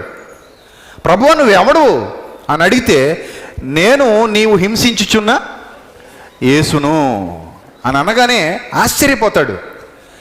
ఆశ్చర్యపోయి కళ్ళు కనబడడం మానేసాయి, గుడ్డివాడైపోయాడు. తన చుట్టూ ఉన్న ప్రపంచం తనకు కనబడట్లేదు, కానీ తన మనసులో ఆ మాట మారుమ్రోగుతూ ఉంది, నేను నీవు హింసించుచున్న యేసును. అది తప్ప చూడ్డానికైతే ఏమీ లేదు. ఆ మాట పదే పదే గంట మోగినట్టుగా మోగుతుందన్నమాట తన హృదయంలో. నీవెవడవు ప్రభువా అని అడుగుతున్నప్పుడు, నేను నీవు హింసించుచున్న యేసును, నువ్వు నన్నే హింసపెడుతున్నావు, నీ వలన హింసింపబడుతున్నాను నేను అనేసరికి పాత నిబంధన గ్రంథంలో వ్రాయబడిన ప్రవచనాలన్నీ గుర్తుకొస్తున్నాయి అతనికి. మెస్సియా రాబోతున్నాడని, రాజు రాబోతున్నాడని, ఆ రాజు ఇతనే అని, గమలీయేలు పాదాల దగ్గర ఏవైతే నేర్చుకున్నాడో అవన్నీ గుర్తుకొచ్చి పొడుస్తున్నప్పుడు, అతనికి జ్ఞప్తికి వస్తున్నప్పుడు, నీవు హింసించుచున్న యేసును అనే పాట పదే అతనిలో అది తిరుగుతూ ఉన్నప్పుడు ఆలోచనలో పడ్డాడు. ఆలోచనలో పడ్డ తర్వాత సందర్భాలు మీ అందరికీ తెలుసు. అననీయ దగ్గరికి వెళ్తాడు. అననీయ దగ్గరికి వెళ్ళినప్పుడు అననీయ ప్రార్థన చేస్తాడు, అతనికి బాప్తిస్మం ఇస్తాడు. అతని కన్నుల నుండి పొరల వంటివి రాలగా అతడు చూపు పొందుతాడు. ఆ తర్వాత ఏం చేశాడు తెలుసా? ఒంటరిగా అరేబియా దేశానికి వెళ్ళిపోతాడు. మనకు అపోస్తల కార్యాలు చదువుతున్నప్పుడు మనకు అది కనబడదు, ఒకసారి చూద్దాం చూడండి. అపోస్తల కార్యాలు 9వ అధ్యాయము, అపోస్తల కార్యాలు 9వ అధ్యాయము 18వ వచనం. అప్పుడే అతని కన్నుల నుండి పొరల వంటివి రాలగా దృష్టి కలిగి లేచి బాప్తిస్మం పొందెను. తర్వాత ఆహారం పుచ్చుకొని బలపడెను. పిమ్మట అతడు దమస్కులో ఉన్న శిష్యులతో కూడా కొన్ని దినములు ఉండెను. వెంటనే సమాజ మందిరాల్లో యేసే దేవుని కుమారుడని ప్రకటించి వచ్చెను. ఇది మనం చదువుకుంటున్నటువంటి సందర్భం అపోస్తల కార్యాల్లో. కానీ ఇదే విషయాన్ని మరో చోట అదే పౌలు గారు ఒక్క నుంచి రాస్తూ గలతీ పత్రికలో ఒక విశేషమైన సందర్భాన్ని తన గురించి తాను చెప్పుకున్నాడు. గలతీలకు రాసిన పత్రిక 1వ అధ్యాయము 16వ వచనం. ఆయనను నా యందు బయలుపరపను అనుగ్రహించినప్పుడు మనుష్య మాతృలతో నేను సంప్రదింపలేదు. నాకంటే ముందుగా అపోస్తలులైన వారి యొద్దకు యెరూషలేమునకైనను వెళ్ళలేదు, కానీ వెంటనే అరేబియా దేశములోనికి వెళ్ళి తిని పిమ్మట దమస్కు పట్టణానికి తిరిగి వచ్చాడు. మనకి అపోస్తల కార్యాల్లో దమస్కు పట్టణానికి తిరిగి వచ్చిన సందర్భం మాత్రమే కనబడుతుంది. అంటే దమస్కులోనికి వెళ్ళాడు, సహోదరులతో కొంతకాలం ఉన్నాడు, తర్వాత డైరెక్ట్ స్వార్థ పనులు దిగిపోయాడు అన్నట్టు మనం చదువుకుంటాం. అందుకే బైబిల్ అంతా ఒక చోట లేదు కాబట్టి చాలా కాన్సన్ట్రేట్గా బైబిల్లోని వచనాలు చూస్తూ ముందుకెళ్ళాలి. ఇక్కడ మనకు అర్థమవుతున్నది ఏంటంటే ఇతను నేరుగా దమస్కుకి వెళ్ళలేదన్నమాట. ఫస్ట్ ఎక్కడికి పోయాడు? ఫస్ట్ అరేబియా దేశానికి పోయాడు. అరేబియా దేశానికి పోయి అక్కడ ఎంతకాలం ఒంటరిగా గడిపాడో మనకు తెలీదు. అరేబియాలో ఇతనికి ఎవరు లేరు, ఇతను సొంతూరు అరేబియాలో లేదు, అంటే గల్ఫ్ కంట్రీకి పోయాడు అనమాట. అక్కడ ఎక్కడికి పోయాడో, ఎక్కడ కాపురం ఉన్నాడో, ఎంతకాలం ఉన్నాడో ఎవరికి తెలీదు. అదే అతని జీవితంలో మిస్టరీ. కానీ ఆ కాలం అసలు ఒంటరితనాన్ని అనుభవిస్తూ ఎందుకు వెళ్ళిపోయాడు, ఆ కొంతకాలం అరేబియా దేశానికి ఎందుకు వెళ్ళిపోయాడు, ఆ కాలం అంతా అరేబియాలో ఎందుకు గడిపాడు, అరేబియాలో ఏకాంతంగా ఎక్కడున్నాడు, ఎవరితో ఉన్నాడు, ఎందుకున్నాడు, ఇలాంటి ప్రశ్నలు మనకు వస్తే అర్థమయ్యేది ఒక్కటే, పౌలు తన గురించి తాను తెలుసుకోవటానికి ఆరాటపడుతున్నాడు, తనేంటో తాను తెలుసుకోవటానికి ట్రై చేస్తున్నాడు. అందుకే ఏకాంతంగా దేవునితో సమయాన్ని గడపడానికి తన ప్రాంతాలకు దూరంగా అరేబియాకి వెళ్ళిపోయాడు, తనకు తెలియని వారి దగ్గరికి వెళ్ళిపోయాడు. అక్కడ ఎంతకాలం ఉన్నాడో ఎవరికి తెలీదు, బైబిల్ దాన్ని మనకు బయలుపరచలేదు. కొంతకాలం పాటు అక్కడే ఉండిపోయాడు, ఎవరితోనూ సంప్రదించలేదు, మనుష్య మాతృలతో చర్చించలేదు. ఆ మాట చెప్తాడు గలతీ పత్రికలో, దేవుడు నన్ను పిలిచినప్పుడు నేను మనుష్య మాతృలతో సంప్రదించలేదు, నేను ఎవరితోనూ సంప్రదించలేదు, ఎవరి దగ్గరికి వెళ్ళలేదు, ఎవరి దగ్గరికి వెళ్ళి నేను ఏం చేయాలి, నా బ్రతికేంటి, నా పరిస్థితి ఏంటి నేను ఎవరిని అడగలేదు. ఆయన నా యందు బయలుపరచను అనుగ్రహించినప్పుడు మనుష్య మాతృలతోనూ నేను సంప్రదింపలేదు. నాకంటే ముందుగా అపోస్తలులైన వారి యొద్దకు యెరూషలేము కూడా నేను వెళ్ళలేదు. సాధారణంగా ఎవరైనా ప్రభు నన్ను పిలిచాడని ఎవరి దగ్గరికి పోతారు? అపోస్తలుల దగ్గరికి వెళ్ళిపోతారు, ఎందుకంటే ముందు వర్క్లో ఉన్నది వాళ్ళే కాబట్టి. కానీ నేను అపోస్తలుల దగ్గరికి కూడా వెళ్ళలేదు, నేను ఒంటరిగా పోయాను. ఎక్కడికి పోయావు? అరేబియా దేశానికి పోయాను. అక్కడ కొంతకాలం ఉన్నాను. అక్కడ కొంతకాలం ఉండి ఏకాంతంగా ఏకాగ్రతతో దేవుని యందు దృష్టి నిలిపి జరిగిన సందర్భాలన్నింటినీ ఆలోచించుకుంటూ తానేంటో, తన బ్రతుకేంటో, తన జీవితం ఏంటో, తను ఎందుకు ఇలా అయిపోయాడో ఎన్నో విషయాలు ఆలోచించుకుంటూ తన బ్రతుకును తవ్వుకుంటూ వస్తున్నాడు. తన బ్రతుకును తానే తవ్వుకుంటూ వస్తున్నప్పుడు ఆ ఏకాంతంలో దేవునితో సమయాన్ని గడుపుతున్నప్పుడు అతనేంటో అర్థమైంది, అతనికి ఎవరు ఎక్కువ అర్థమైంది, అతను ఎవరి కొరకు పుట్టాడో అర్థమైంది, అతను ఎవరి కొరకు బ్రతకాలో అర్థమైంది. తన జీవితంలో ప్రధానమైన సమయాన్ని కానీ ప్రధానత్వాన్ని కానీ ఎవరికి ఇవ్వాలో అర్థమైంది. అప్పుడు మళ్ళీ దమస్కులో ఉన్న సహోదరుల దగ్గరికి తిరిగి వచ్చాడు. కొంత సమయాన్ని తన బ్రతుకులో లాక్ చేసుకున్నాడు, కొంత సమయాన్ని అతడు దేవునితో గడిపాడు. ప్రియులారా, సో మన బ్రతుకులో కూడా చాలా సమయం వృధా అయిపోతుంది. చూడండి, 24 గంటల్లో ఎంత సమయం వృధా అయిపోతుందో తెలుసా? మన బ్రతుకులో 24 గంటల్లో ఎంత టైం వేస్ట్ అయిపోతుందో తెలుసా? ఏదో తినేస్తుంది మన దగ్గర సమయాన్ని. అది మన లేజినెస్ కావచ్చు, అది మన బద్ధకం కావచ్చు, అది మన దగ్గర ఏదో ఉంది, అది మనలో ఉన్న ప్రధానమైన లోపం. దాన్ని మనం గుర్తించగలగాలి. అది నేనైనా మీరైనా మనందరం దాన్ని గుర్తించగలగాలి. ఎందుకంటే సమయం చాలా విలువైంది, దాన్ని కొనలేము. ఎన్ని కోట్లు ఖర్చు పెట్టినా దాన్ని వెనక్కి తిరిగి తీసుకొని రాలేవాడు. ఎంత లార్డ్ అయినా సరే, బిలియనీర్ అయినా సరే, ఒక్క సెకండ్ కూడా వెనక్కి తెచ్చుకోలేడు. చాలా విలువైనది కాలం అంటాం. అందుకే ప్రపంచంలో అత్యంత విలువైనది కాలం, సమయం. దాన్ని వెనక్కి తెచ్చుకోవడం మన వల్ల కాదు ప్రియులరా. అలాంటి సమయాన్ని వృధాగా గడిపేస్తున్నాం మనం. కానీ చాలా విలువైంది, అది మనకు చాలా ఉపయోగపడేది. మన గురించి మనం తెలుసుకోవటానికి, మనం దేవునితో చక్కటి సహవాసాన్ని ఏర్పరచుకోవడానికి, ఆయనతో చక్కటి అనుబంధాన్ని కొనసాగించడానికి మన సమయమే మనకు ఉపయోగపడుతుంది. ఆ సమయాన్ని మనం కేటాయించలేకపోతున్నాం దేవుని కొరకు. వ్యర్థంగా గడుపుకుంటూ ఉన్నాం, వ్యర్థంగా. మీరు దాని గురించి ఆలోచించాలి. ఇక మన ప్రభువు కూడా ఆ విషయంలో మనకు మార్గదర్శి. చూడండి ఒకసారి దైవ గ్రంథాన్ని జాగ్రత్తగా చూస్తే మత్తయి సువార్త 14వ అధ్యాయము 13వ వచనం. యేసు ఆ సంగతి విని దోణి ఎక్కి అక్కడ నుండి అరణ్య ప్రదేశమునకు ఏకాంతముగా వెళ్ళెను. చూసారు, యోహాను గారు చనిపోయాడు, ఆ సంగతి యేసు ప్రభు వారి దగ్గరికి వచ్చింది. అప్పుడు మనుషులతో కూర్చోవాలి, లేదా మనుషుల మధ్య కూర్చోవాలి, శిష్యులతో కూర్చోవాలి, ఏమనుకోలేదండి. అరణ్య ప్రదేశానికి ఏకాంతంగా వెళ్ళిపోయాడు. ఏకాంతంగా వెళ్ళిపోయాను ఏం చేస్తున్నాడు? మీరు యేసుక్రీస్తు ప్రభు వారి జీవితాన్ని అర్థం చేసుకోవడానికి సువార్తలు గట్టిగా చదవండి. సువార్తల్లో ఎక్కువ భాగం రాత్రిపూట ఆయన ఏకాంతంగా గడిపినట్టుగా మనకు అర్థమవుతుంటుంది. ఆయన ఎక్కువ శాతం పగటిపూట మాత్రమే ప్రజలతో ఉన్నాడు, పూట మాత్రం ఒంటరితనాన్ని ఇష్టపడ్డాడు. అలా ఒంటరిగా ఆయన గడుపుతూ ఉన్నట్టు మనకు కనబడుతుంది. అదే మత్తయి సువార్త అదే 14వ అధ్యాయంలో 23వ వచనం కూడా చూడండి. ఆయన జనసమూహములను పంపివేసి ప్రార్థన చేయుటకు ఏకాంతముగా కొండెక్కిపోయి సాయంకాలం అయినప్పుడు ఒంటరిగా ఉండెను. చూసారా, ఏ టైం అది? నైట్ టైం కూడా కాదు, ఈవినింగ్ టైంలో ఒంటరిగా ఉన్నాడు. అక్కడ ఇస్సాకు కూడా ఏ టైంలో ధ్యానింప బయలు వెళ్ళాడని చదువుకున్నాం? సాయంకాల సమయంలో ఒంటరిగా ఉన్నాడు. మనం ఎప్పుడు ఒంటరిగా ఉంటున్నాం చెప్పండి? ఎప్పుడు ఒంటరిగా ఉంటున్నారు మీరు? ఎప్పుడు మీ జీవితంలో ఒంటరిగా దేవునితో గడిపే సమయాలు ఏమున్నాయి? ఒంటరిగా ధ్యానించే సమయం ఏముంది?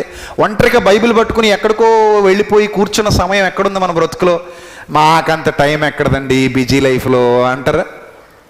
అంతే కదా, మాకంత టైం ఎక్కడదండి. అసలు ఎవ్వడికి టైం లేదు. ఏమైనా ఉంటే ఇదిగో దీంతో గడుపుతాడు, అంతే. ఏమైనా ఉంటే దీంతో గడుపుతాడు, టైం పాస్ అంటాడు. అంత టైం మన బ్రతుకులో మనకెక్కడదండి? ఒంటరిగా మీ బ్రతుకులో ఒంటరిగా దేవుని గురించి ఆలోచిస్తూ టైం గడిపి ఒక నిర్మానుష్య ప్రాంతంలో లేదా మీ గదిలోనే ఏకాంతంగా మీరు కూర్చుని ఆలోచించిన రోజులు ఎన్నాళ్ల క్రిందట మీ బ్రతుకులో ఉన్నాయో మీకే తెలియాలి. అసలు ఉన్నాయో లేదో కూడా మీకే తెలియాలి.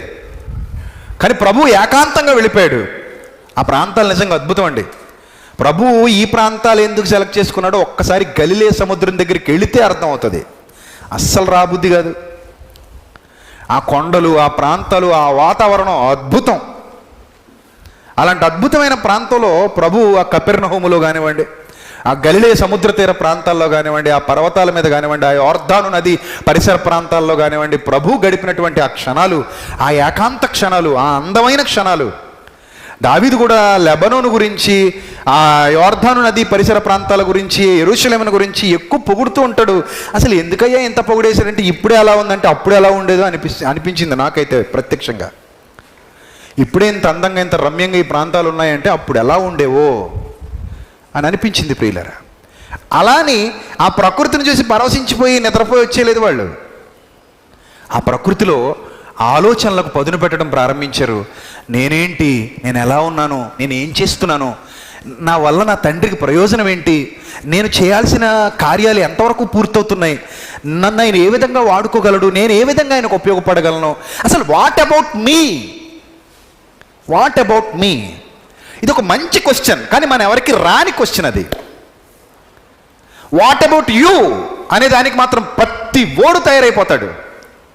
What about him, what about her, what about you, ప్రతి వాడు తయారైపోతాడు. వాట్ అబౌట్ మీ అనేసరికి ఒక్కడు కూడా రాడు. అసలు ఒక్కడికి కూడా థాటే ఉండదు. అసలు నీకు ఉందా థాట్ ఇప్పటి వరకు? వాట్ అబౌట్ మీ అని ఎప్పుడైనా అనుకున్నావా? అస్సలు అనుకో. నీ బతుకిలా తెల్లారిపోతూ ఉంటుంది తప్ప ఆడేంటి, ఆమెంటి, అతనేంటి, అక్కడేంటి, ఎక్కడేంటి, ఈ దరిద్రం తప్పే. నేనేంటి, అసలు నేనేంటి అని ఎప్పుడైనా అనుకున్నాం మన బ్రతుకులో? ఏం లేదు. ఇంకా అలా ఆ ఆలోచనే, ఆ తాటే లేనప్పుడు ఏకాంతంగా ఎందుకు మన గురించి మనం ఆలోచించుకుంటాం? ఏకాంతంగా మనం ఎందుకు సమయం గడుపుతాం? ఏకాంతంగా ఒంటరిగా ఉండి మనం దేవునితో చక్కటి కనెక్షన్ పెట్టుకోవాలని ఎందుకు ట్రై చేస్తాం చెప్పండి? మన క్రైస్తవ సమాజంలో మన దరిద్రం కొద్దీ ఇలాంటి ప్రసంగాలు కూడా లేకపోవడం వలనేమో ఎప్పుడు అప్పుల బాధల, కుటుంబ సమస్యల, తీరం రోగాల, తలపోట, దరిద్రం, తలనొప్పి, ఇలాంటి చెత్త అంతా చెప్తారు. ఈ చెత్త అంతా చెప్పి మనల్ని పంపించేస్తే మనం కూడా ఇదే ఆలోచనలతో ఉద్యోగం, సద్యోగం, వ్యాపారం, విదేశీయానం, వీటి మీదే కాన్సన్ట్రేషన్ చేసి సమయం అలా గడుపుతూ ఉంటాం. ఆటో ఇస్తే దేవుడు ఇచ్చాడు, కారు ఇస్తే దేవుడు కొన్నాడు, ఫ్లైట్ ఎక్కిస్తే దేవుడు ఎక్కిచ్చాడు, ఇంకెప్పుడు దేవుడు నన్ను ఇలా చేశాడు, అలా చేశాడు, ఇలాగ ఆశీర్వదించాడు, అలాగ ఆశీర్వదించాడు, అది ఇచ్చాడు, ఇది ఇచ్చాడు, ఇది తిన్నాను. సమయం కాస్త సంతకెళ్ళింది, నాశనం అయిపోయింది. ఇక మనకి ఎప్పుడంటే అర్థమవుతుంది వాట్ అబౌట్ మీ అనేది? ప్రభు అంతటి వాడే ఏకాంతంగా సమయం గడుపుతున్నాడు. రాత్రులు, సాయంకాలం పూట ప్రభు ఒంటరిగా ఉన్నప్పుడు ధ్యానిస్తున్నాడు, ప్రార్థిస్తున్నాడు, ప్రభుత్వ సమయం గడుపుతున్నాడు. అందుకే ప్రభు అంటాడు తెలుసా, మీరందరూ నన్ను విడిచిపెట్టి పోతారు, మీరందరూ నన్ను వదిలిపెట్టి పోతారు, ఒక టైం వస్తుంది, కానీ నేను ఒంటరిగా లేను, నా తండ్రి నాతో కూడా ఉన్నాడు అన్నాడు. అసలు ఎంత అనిర్వచనీయమైన అనుభూతో తెలుసా అది? ఎంత అనిర్వచనీయమైన అనుభూతి అది. మనం పొందగలిగామా అనుభూతిని? నీ బ్రతుకులో ఒక్క రోజైనా అనుభూతిని పొందగలిగావా? నేను ఒంటరిని కాను, నా ప్రభు నాతో కూడా ఉన్నాడని ప్రభు చెప్పాడే. శిష్యులందరూ పారిపోయారు, ఒక్కడు కూడా లేడు ఆయనతో, అందరూ వదిలిపోయారు. ఆ టైంలో ఆయన అంటాడు, మీరందరూ వెళ్ళిపోతారు నన్ను వదిలి, నాకు తెలుసా సంగతి, మీరందరూ పారిపోతారు, ఎవడ బ్రతుకాడు చూసుకుంటారు, ఎవరి దారాడు చూసుకుంటాడు, ప్రాణభయంతో పరుగులు తీస్తారు, కానీ నేను ఒంటరి వాడను కాను, నా తండ్రి నాతో కూడా ఉన్నాడు. యోహాను సువార్త 16వ అధ్యాయం 32వ వచనం. ఇదిగో మీలో ప్రతివాడును ఎవరి ఇంటికి వాడు చెదిరిపోయి నన్ను ఒంటరిగా విడిచిపెట్టు గడియ వచ్చినది వచ్చే ఉన్నది, అయితే తండ్రి నాతో ఉన్నాడు కనుక నేను ఒంటరిగా లేను. తండ్రి నాతో ఉన్నాడు, తండ్రి నాతో ఉన్నాడు. ఆ స్పర్శ శరీరానికి సంబంధించింది కాదు, మళ్ళీ చెప్తున్నా. ఆ స్పర్శ నేత్రాలతో చూసేది కాదు, మళ్ళీ చెప్తున్నా. అది షేక్ హ్యాండ్ ఇచ్చేదో, హగ్ చేసుకునేదో, దగ్గరికి తీసుకునేదో, కౌగులించుకునేదో, ముద్దు పెట్టుకునేదో కాదు ప్రియులారా. అలా మనం ఆ స్పర్శను పొందలేము. ఏకాంతంగా సమయం గడుపుతున్నప్పుడు, ఒక విలువైన సమయాన్ని, ప్రధానమైన సమయాన్ని దేవునికి ఇచ్చేసినప్పుడు, మన రోజులో ప్రధాన సమయాన్ని ఆయనకి కేటాయించినప్పుడు, నువ్వు బైబిల్ పట్టుకున్నావా, ప్రార్థన చేసావా, ఆలోచనలో పడ్డావా, ఎక్కడికి వెళ్ళిపోయావా, నీ గదిలోనే ఉన్నావా, ఏదైనా కానివ్వు, నీ సమయాన్ని నీ తండ్రితో గడుపుతూ, ఆయనతో ఒక చక్కటి అనుబంధాన్ని కొనసాగిస్తూ, ఆయనతో ఒక చక్కటి బంధాన్ని, పెనవేసుకుపోయేటువంటి బంధాన్ని ఏర్పరచుకున్నప్పుడు మాత్రమే ఈ మాట మనం పలకగలుగుతాం. నీ లైఫ్లో ఒక్క రోజైనా, ఒక్క క్షణమైన ఇలాంటి మాట చెప్పగలిగే సాహసం కానీ, ధైర్యం కానీ చేసావు ఎప్పుడైనా నీ బ్రతుకులో? ఈ అనుభూతి, అనిర్వచనీయమైన అనుభూతి ఎప్పుడైనా నీ బ్రతుకులో రుచి చూసావా? నా తండ్రి నాతో ఉన్నాడనే ఫీలింగ్ వచ్చిందా నీకు ఎప్పుడైనా? I'm not alone, my Lord always with me. ఆయన ఎప్పుడు నాతో ఉన్నాడు, ఆయన నాతో ఉన్నాడు, నేను ఒంటరిని కాను, నేను ఆయనతో సమయం గడుపుతున్నాను, ఆయన ప్రేమను నేను రుచి చూస్తున్నాను. నా బ్రతుకులో, నా నడకలో, నా పడకలో, నా ప్రయాణాలలో, నా పనులలో, నా ఆలోచనల్లో ప్రతి క్షణం నేను ఆయన ప్రేమను అనుభవిస్తున్నాను. I feel it. ప్రతిసారి నేను దాన్ని ఫీల్ అవుతున్నాను. అని ఎప్పుడైనా నీ బ్రతుకులో ఒక్క క్షణం, నీ బాప్తిస్మం తర్వాత నీ బ్రతుకులో ఒక్క క్షణం ఎప్పుడైనా ఫీల్ అయ్యావా? అలాంటి ఫీలింగ్సే మనకు లేవు. అలాంటి ఫీలింగ్స్ మనకు లేవు. ఫీలింగ్స్ ఏంటంటే అసలు ఇలాంటి ప్రసంగాలు కరువు. మరి ఏం కావాలి మనకి? భూ సంబంధమైనవి కావాలి. భూ సంబంధమైన సంగతుల గురించి ఎక్కువ మాట్లాడాలి, ఎక్కువ ఆలోచించాలి. అప్పుడే జనాల రద్దీ పెరుగుతుంది. అసలు ఆత్మీయంగా నీ ఇన్నర్ ఫీలింగ్స్ ఏంటి? నీ ఇన్నర్ పర్సనాలిటీ ఎలా ఉంది? నీ స్పిరిచువల్ లైఫ్ ఎలా ఉంది? నీ స్పిరిచువల్ టైమింగ్స్ ఏంటి? నీకు స్పిరిచువల్గా గ్రోత్ ఏది? ఎప్పుడైనా ఆలోచించావా? ఎప్పుడైనా కాన్సన్ట్రేట్ చేసావా? Check yourself. ఒకసారి ఆలోచించండి. ప్రధాన భాగం నశించిపోతుంది, ప్రధాన జీవితం నశించిపోతుంది, మన జీవితం తెల్లారిపోతుంది, రోజు వెంబడి రోజు గడిచిపోతుందంటే ఏముందండి? టైం అయిపోతుందండి. 30 years, 25 years, 20 years, 40 years, 50 years. చాలామంది జీవితంలో ప్రధాన సమయం ఎప్పుడో పోయింది. ఇంకెక్కడుంది ప్రధాన సమయం? యవ్వన కాలం హరించుకుపోతుంది, వృద్ధాప్యం మీద పడిపోతుంది, మనం దేవునితో సమయం గడిపే పరిస్థితి లేకుండా పోయింది. ఎప్పుడండి ఆయనతో కనెక్ట్ అవుతాం చెప్పండి? కనెక్ట్ అవ్వకుండా ప్రేమ పుట్టదు. కనెక్ట్ అవ్వకుండా ఏది ప్రేమ పుట్టదు. కనెక్ట్ అయితేనే ప్రేమ పుట్టదు. అందుకే ఎన్నో ఎగ్జాంపుల్స్ ఇచ్చి మిమ్మల్ని సబ్జెక్ట్లోకి తీసుకెళ్ళా. ఇంట్రడక్షన్లోనే ఎన్నో ఎగ్జాంపుల్స్ ఇచ్చి మిమ్మల్ని ఈ సబ్జెక్ట్లోకి ఎందుకు తీసుకెళ్ళారో తెలుసా? మీరు ఎవరితో కనెక్ట్ అవుతారో వాళ్ళతోనే బాగా అనుబంధాన్ని డెవలప్ చేసుకుంటారు. ఎందుకంటే ప్రధాన భాగం, ప్రధాన సమయం మీరు వాళ్ళకి ఇచ్చారు కాబట్టే వర్కౌట్ అయింది, లేకపోతే వర్కౌట్ అవ్వదు. సేమ్ థింగ్ ఇది కూడా అంతే. దేవునితో మీరు సమయాన్ని గడపకపోతే, దేవునికి మీరు సమయాన్ని ఇవ్వకపోతే, మీరు ధ్యానించకపోతే, మీరు ఏకాంతంగా ఉండకపోతే, మీరు ఒక ప్రత్యేకమైన సమయంలో ఆయనతో కనెక్ట్ అవ్వడానికి ప్రయత్నించకపోతే ఇది మీ వల్ల కాదు. దానికి మీకు వాక్యం, ప్రార్థన, మీరు ఏది ఎంచుకుంటారో ఎంచుకోండి. మెయిన్గా మీరు ఆయనతో సమయం గడపడానికి మీ ప్రధాన భాగాన్ని ఇవ్వడం నేర్చుకోండి. అది మనం ఎక్కడున్నా జరుగుతుంది. కొండలలో, లోయలలో, ఎక్కడున్నా సరే. భక్తులు కొండల్లోనికి వెళ్ళిపోయారు, లోయల్లోనికి వెళ్ళిపోయారు. గొర్రెలు కాసుకునేటప్పుడు కూడా దేవునితో సమయాన్ని గడిపినటువంటి మహాభక్తుడు దావీదు. గొర్రెలు కాసుకునేటప్పుడు అంటే పనిలో ఉండగా కూడా అతడు దేవునితో ఏం కలిగి ఉన్నాడు? సహవాసం కలిగి ఉన్నాడు. పనిలో ఉండగా కూడా. మీరేమంటారు? పనిని అడ్డు పెట్టుకొని, అమ్మో ఇన్ని పనులు ఉండగా దేవునితో సహవాసం ఎక్కడదండి, టైం ఎక్కడదండి అంటారు. టైం ఇచ్చినోడికే టైం లేకపోతే ఇంకా మనకు టైం ఎక్కడ ఉంటుంది చెప్పండి?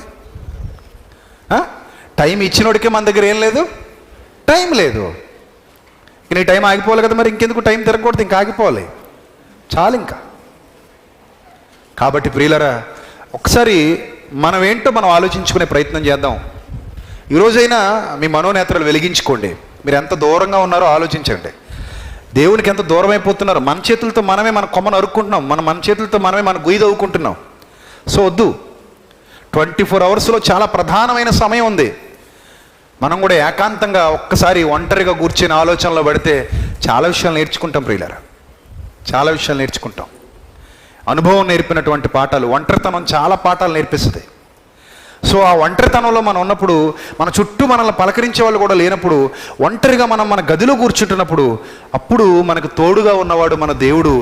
ఆయనతో సమయం గడిపితే అసలు మనం అన్నీ మర్చిపోతాం, అన్నీ. అప్పుడు లభించేది నిజమైన ప్రశాంతత, అప్పుడు లభించేది నిజమైన ఆధ్యాత్మికత. ఆయనతో, ఆయన వాక్యంతో, ఆయనలో ప్రార్థనలో, ఆయన ధ్యానంలో, ఆయన ఆలోచనల్లో సమయం గడుపుతూ ఉండడం అనేది నిజంగా అద్భుతమైన నిర్వచనీయమైన అనుభూతి. మీరు ఫీల్ అవ్వండి, మీరు స్టార్ట్ చేయండి. మీరు మీ జీవితంలో ప్రధాన భాగాన్ని, ప్రధాన సమయాన్ని కేటాయించండి దానికోసం. భక్తులందరూ అదే చేశారు. ఇంకా చాలామంది భక్తులు ఉన్నారు, సమయం లేదు, వాళ్ళందరూ అదే చేశారు. సో స్పిరిచువల్ డెవలప్మెంట్, దీని మీద కాన్సన్ట్రేట్ చేయండి. వాక్యానుసారం ఎదగండి, ఫలించండి, అభివృద్ధి పొందండి. నేను ఒంటరిని కాను, ప్రభు చెప్పిన మాట, నేను ఒంటరిని కాను, నా తండ్రి నాతో కూడా ఉన్నాడు. నేను ఫీల్ అవుతున్నాను. నేను ఒంటరిని కాను, నా తండ్రి నాతో కూడా ఉన్నాడు. నేను ఫీల్ అవుతున్నాను, నేను దాన్ని ఫీల్ అవుతున్నాను. I can feel it. So నేను దాన్ని ఫీల్ అవుతున్నాను కాబట్టే చెప్పగలుగుతున్నాను. ఫీల్ అవ్వకపోతే చెప్పలేను. ఆ తండ్రి నాతో కూడా ఉన్నాడు. ఈ మాట మన నోటి వెంట జాలువారుతున్నప్పుడే మనం దేవునితో ఉన్నామని అర్థం. లేకపోతే పనులవు, గుర్తుపెట్టుకోండి, అస్సలు పనులవు. అది మీ సెల్ఫ్ సాటిస్ఫాక్షన్ తప్పితే, ఇలాంటి భావాలు మనలో నుంచి జాలువారకపోతే, ఇలాంటి భావాలు మన నుంచి బయలువెడలకపోతే, ఇది నువ్వు ఫీల్ అవ్వకపోతే అసలు నువ్వు పరలోకానికి ఎక్కడ వెళ్తావు? ఈ బ్రతుకులోనే లేదు నీకు పరలోకం సహవాసం. అప్పుడు వచ్చేస్తుంది, అప్పుడు వచ్చేది ఇలాంటి చావగానే వచ్చేది డప్పు మోగుతున్నప్పుడు అనుకుంటావా? ఏం రావు. భూమి మీద ఉండగానే మీరు దాన్ని ఫీల్ అవ్వాలి. అదే ప్రభు ఫీల్ అవుతున్నాడు. ఆ తండ్రి నాతో కూడా ఉన్నాడు. I'm not alone, I'm not alone, he's always with me, he's always in my heart. So ఆయన ఎప్పుడు నాతో ఉన్నాడు, నేను ఎప్పుడు ఆయనతో ఉన్నాను, నేను ఫీల్ అవుతున్నాను దాన్ని. సో మీరు కూడా ఫీల్ అవ్వాలి.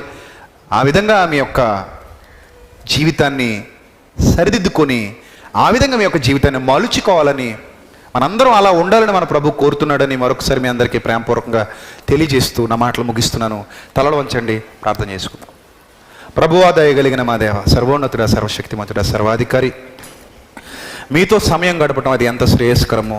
మీ వాక్యంతో, మీ యందు ప్రార్థనతో, ఆలోచనలతో మిమ్మల్ని గూర్చి ధ్యానిస్తూ తండ్రి, విలువైన మా సమయాన్ని, ప్రధాన భాగాన్ని మీకు ఇస్తూ, ఏకాంతంగా మా గురించి మేము ఆలోచించుకుంటూ తండ్రి మీ యందు వర్ధిల్లటం క్రైస్తవ జీవితానికి అత్యంత ప్రాముఖ్యం. కానీ ఈరోజు క్రైస్తవ ప్రపంచం దాన్ని విస్మరించి ఎన్నో తప్పులు, చేయకూడని తప్పులు మా బ్రతుకుల్లో జరిగించుకుంటూ తండ్రి సంపూర్ణంగా భక్తిభావాలకు, ఆత్మీయ ఆనందానికి, ఎల్లప్పుడూ ప్రభువునందు సంతోషించండి అన్న నిజమైన మాటకు అర్థం తెలియక తండ్రి నాశనకరమైన పరిస్థితుల్లోనికి వెళ్ళిపోతున్న తరుణంలో ఈ విధంగా ఈ మధ్యాహ్న కాల సమయంలో విలువైన, వెలకట్టలేని, అమూల్యమైన, ప్రాశస్త్యమైన మీ జ్ఞానాన్ని మాకు అనుగ్రహించినందుకు ఏమిచ్చి మీ రుణం తీర్చుకోగలం తండ్రి. ప్రభువా, మీ పిల్లలందరూ మీ మాటలు శ్రద్ధాశక్తులతో విన్నారు. అవి వారి హృదయాలలో ఫలించినట్లు, అవి కార్యరూపం దాల్చినట్లు సహాయం చేయండి తండ్రి. విని విడిచిపెడితే ఎలాంటి ప్రయోజనం మా బ్రతుకులో ఉండదు. కానీ మీ మాటలు విని వాటి ప్రకారం ప్రవర్తించుట వలన మా బ్రతుకులు ఫలిస్తాయి. అది మేము అనుభవించగలుగుతాం. ఆ అనుభూతి మా సొంతం అవుతుంది. అది మీ పిల్లలు ఎరుగునట్లు సహాయం చేయండి. మీ కాపుదల దయచేయండి. ఇంకా నువ్వు జరగబోతున్న కార్యక్రమాలు ఘనంగా జరిగించండి. కష్టపడిన ప్రతి బిడ్డను జ్ఞాపకం చేసుకోండి. ముఖ్యంగా అన్నకు తోడై ఉండండి. ఆయన ద్వారా ఇంకా ఫలభరితమైన పరిచర్యను జరిగించండి. ఆయనతో పాటు ఉన్న సహకారులందరినీ జ్ఞాపకం చేసుకోండి. వారి కుటుంబాలని జ్ఞాపకం చేసుకోండి. దూర ప్రాంతాల నుండి కూడి వచ్చిన బిడ్డల్ని, వారి కుటుంబాలని జ్ఞాపకం చేసుకోండి.